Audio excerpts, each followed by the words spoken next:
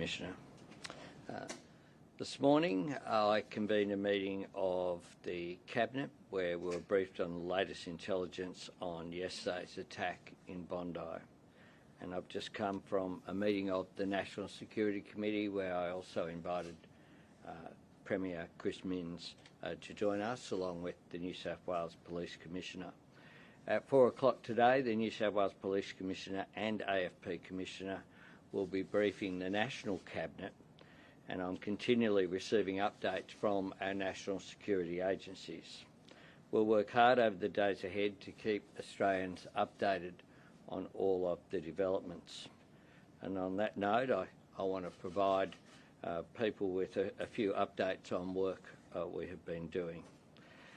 We are extending the funding for the National Council for Jewish Community Security and its state-based community security groups to provide overall security cover to the Jewish community as part of that. That is included in my EFO, but we're preempting that announcement today.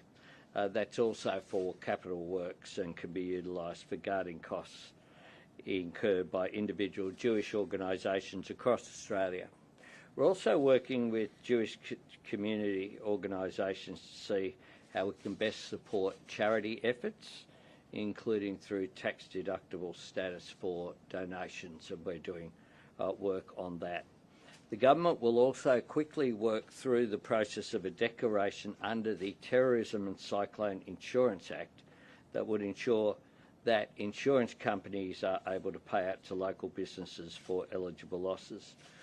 We're also working on support for funerals that will be held, but also visitor visas for people who are relatives wishing to visit Australia for those funerals, and I'll ask the Minister to comment on that. I do want to make a couple of more points as well.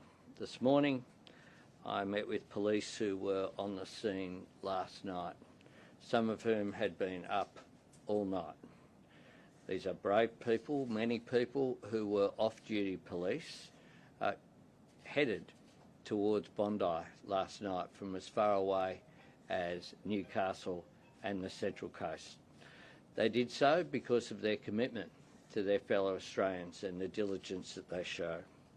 And I think we need to recognise their incredible work at a time as well when 2 police officers have been seriously injured as a result of the efforts and bravery that they have shown.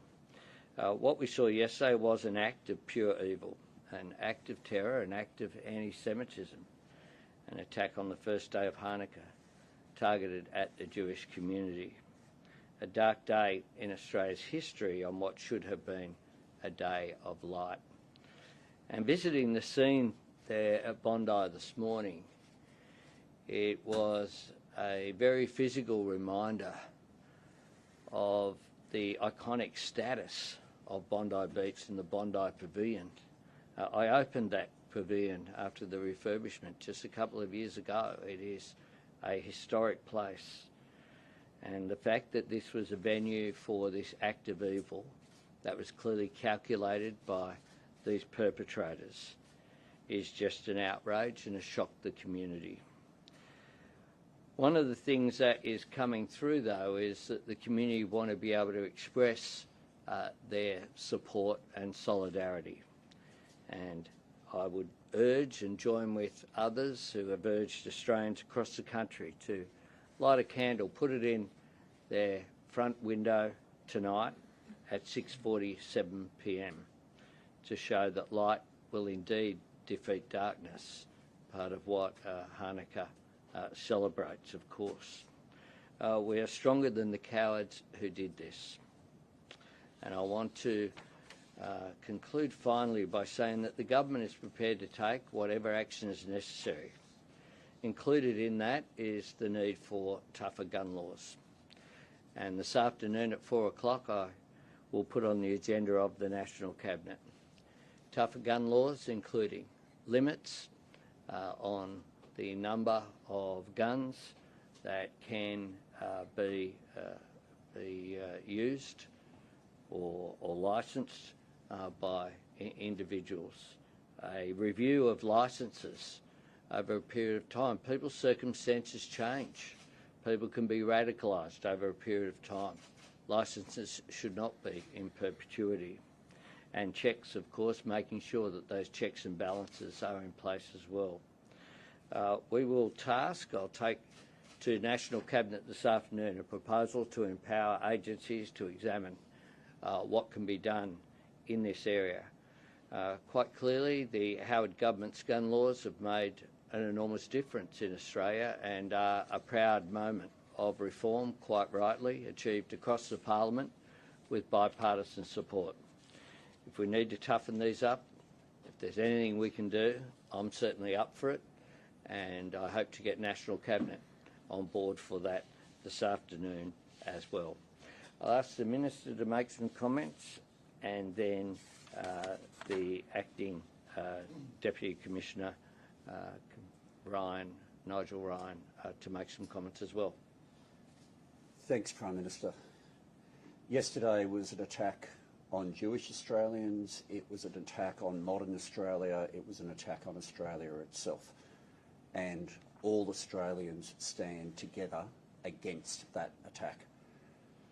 The police who were there standing together against the attackers, first responders standing together against the attackers, and even a bystander like Ahmed standing there putting their own lives at risk against those attackers. The Joint Counter-Terrorism Team involving ASIO and the Australian Federal Police, with the investigation being led by New South Wales Police, needs to be allowed to do its work. While that work is happening, though, there are needs for the community right now. One of the additional things that the community have raised directly with me is because of the number of people who will have family members overseas, not only in Israel but in other parts of the world, who will want to be able to get them here rapidly for funerals. We have set up a specific section of the department rapidly dealing with visa processing at a pace that would not ordinarily be there, to make sure that, given the often speedy nature of funerals in terms of the timeline in the Jewish tradition, to make sure that we maximise the chance for family members to be able to be reunited here at the worst of times. The Department of Home Affairs is also doing other work, as the Prime Minister referred to, with respect to working through a way to assist with the cost of those funerals. And finally, my department will stand ready for any of the outcomes that come out of the meeting of National Cabinet today with respect to the work that needs to be done on gun laws. Thank you, Minister. Thank you, Prime Minister. Again, our thoughts are with all of those that have been affected by this senseless act of terrorism. The AFP continues to work seamlessly with our partners in the Joint Counter-Terrorism Team, being New South Wales Police and ASIO, in relation to Operation ARCS. There has been significant police operational activity in the past 12 hours, and this will continue into the days and weeks ahead. I must stress that this is an active and ongoing investigation, and I'm very limited in what I can say. But we do commit to providing timely updates to the community when appropriate. The AFP will use all of its specialist capabilities and resources to thoroughly investigate this matter in conjunction with New South Wales Police. The AFP will also continue to engage with affected communities that have been affected by this tragic event. The AFP stands firm in condemning any form of violence in our communities or any form of extremist behaviour, and we will work tirelessly to stamp it out. Thank you. Questions? Here, and we'll just go along and that way.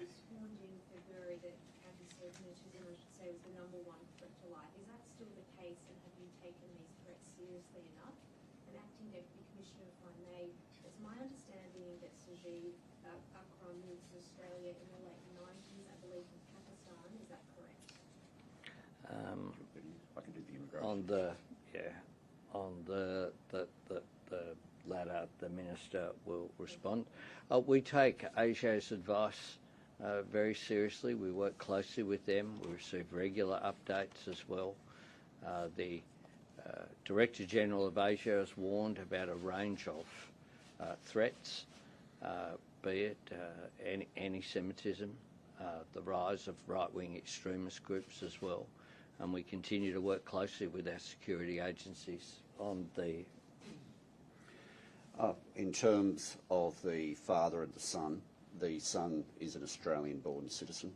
The father arrived in 1998 on a student visa, transferred in 2001 to a partner visa, and after each trip overseas since then has been on resident return visas, which has occurred 3 times. At this stage, given New South Wales Police are leading the investigation, I have cleared to be able to talk about the visa history, which I've done. When did the son first come onto the radar of ASIO? Why, and was he part of any terror group or linked to any terror group? The son first came to attention in October 2019. He was examined on the basis of being associated with others, and the assessment was made that there was no indication of any ongoing threat or threat of him engaging in violence. Do you believe that to be failing? I've reported factually on what ASIO have found. Your hand-picked anti-Semitism envoy has demanded you accelerate your anti-Semitism plans. You haven't acted on for 6 months. Do you plan to accelerate this in any way following this horrific event? Well, we have acted and will continue to act on the implementation of the plan. The plan was announced right here in this room with the envoy, and I thank her for the ongoing work. A range of the recommendations that she made have been acted on. She recommended that legislation be strengthened to appropriately address anti-Semitism and hateful conduct vilification. Action 3.2. We've done the following. We've criminalised hate speech, advocating violence. We've criminalised doxing under Privacy and Other Legislation Amendment Bill, and we have a landmark ban on the Nazi salute and hate symbols with penalties of imprisonment and or a fine of up to $16,500. She recommended the strengthening of institutional accountability and university reform.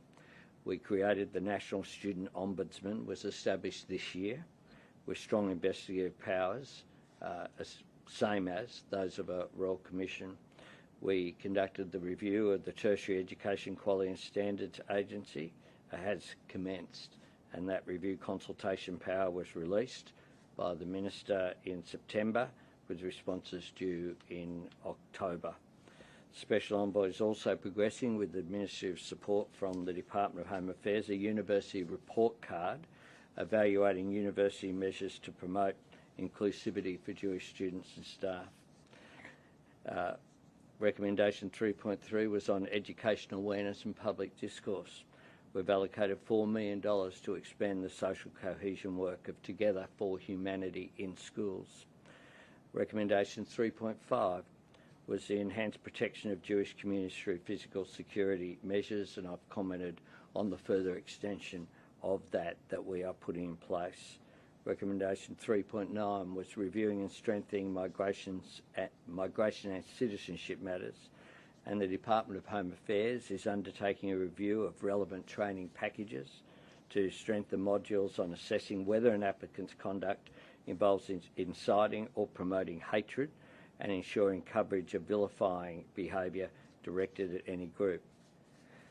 Recommendation 3.12 was support for Jewish communities' cultural, social and religious life while ensuring safety and security. We've committed grant funding, which we announced in January, including $8.5 million to upgrade the Sydney Jewish Museum, 4.4 for the National Holocaust Education Centre in Canberra, an additional $2 million to the Holocaust Institute of Western Australia, and we committed $18 million to the Jewish Arts Quarter in Melbourne. We'll continue to work at the levels with the Envoy, including the number of the recommendations, of course, for state governments to implement as well. Paul? Why did Paul, ASIO's interest in the AFRAM not raise red flags that would prompt a re-evaluation of the father's licence to have 6 guns? And when you talk about introducing more checks and balances, clearly in that situation, would you say that the gun licence should be revoked? Well, what's important is that the authorities be enabled to do their work. That's what we have done. I've reported to you accurately ASIO's advice, including the timelines, which were done in 2019. The assessment was made because of the son's associations that he had at that time, and the investigation went for a period of 6 months. They closed the file, they didn't tell anyone, they didn't ask about what are guns. the associations of concern? Who is the association? Well, that's a question with respect to for the ASIO Director General, but it was people he was associated with rather than things that he himself had done. ASIO closed the file, Hang didn't on. tell anyone else. Hang on, one at a time, please. Can we hear from Home Affairs Minister Sure. that you're able to expand on those associations? Well, no, it's the exact same answer that the Prime Minister just gave, that the assessment of ASIO was with respect to his associations rather than at that point there being a personal motivation from him.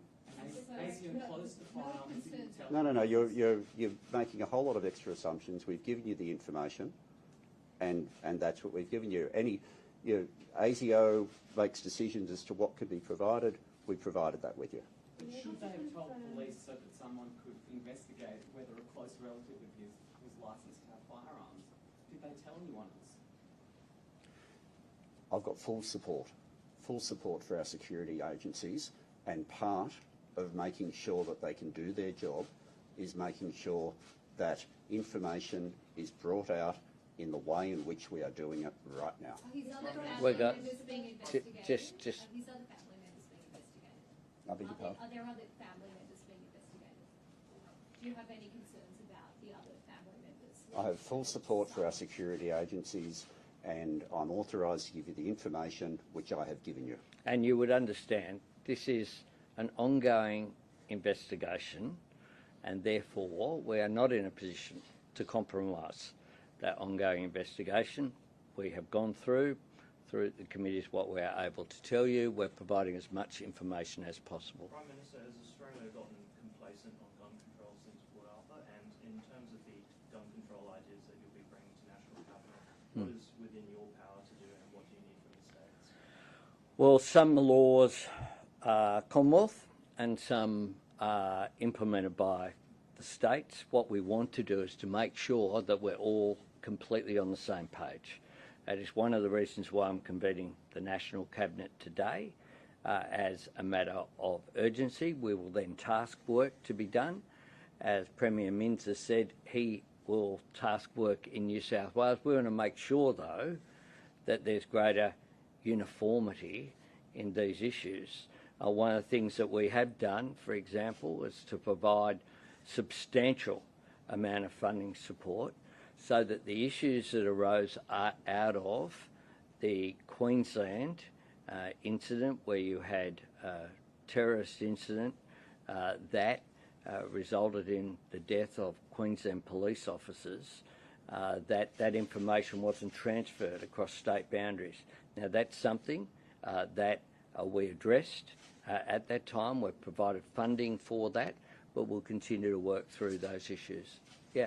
Can the National Firearms Register move faster? And does Australia need a new firearms by that program? Well, that's precisely what we're doing. Before us, there wasn't a National Firearms Register. That's the point. That's one of the major reforms that we're doing, and we will do it as soon as we can. In some cases, some state jurisdictions still had paper identification. That was what we were dealing with. Now, we are responding in a really practical way. If there's more that can be done, we will do it. We will do whatever is necessary. Yep. That's fine. Detailed a bunch of progress there on anti-Semitism, that speaking to members of the community last last night and today there's a sense of extreme bitterness that this was inevitable and that they weren't listened to. I'd like you to respond to that and this idea that it's been allowed to fester. What can we do now that this has happened to stamp that out and make sure that that community feels safe? Well, the community are going through a terrible time. This is an incident that is aimed at, by definition, terrorism is aimed at creating fear in the community. You have these two individuals who have engaged in a horrific act, one that is completely out of place with the way that Australia functions as a society. And it contrasts with the actions of police who rushed towards Bondi, the actions of Ahmed, who took the gun off that perpetrator at great risk to himself and suffered serious injury as a result of that, and is currently going through operation today in hospital. At the best of times, what we see is Australians coming together. And what I want is for Australians to come together, for this to be reinforcing the need for us to promote national unity. And that is critical. There is no place in Australia for anti-Semitism. There is no place for hatred, and people who were exercising their right to express their faith through hanukkah had every right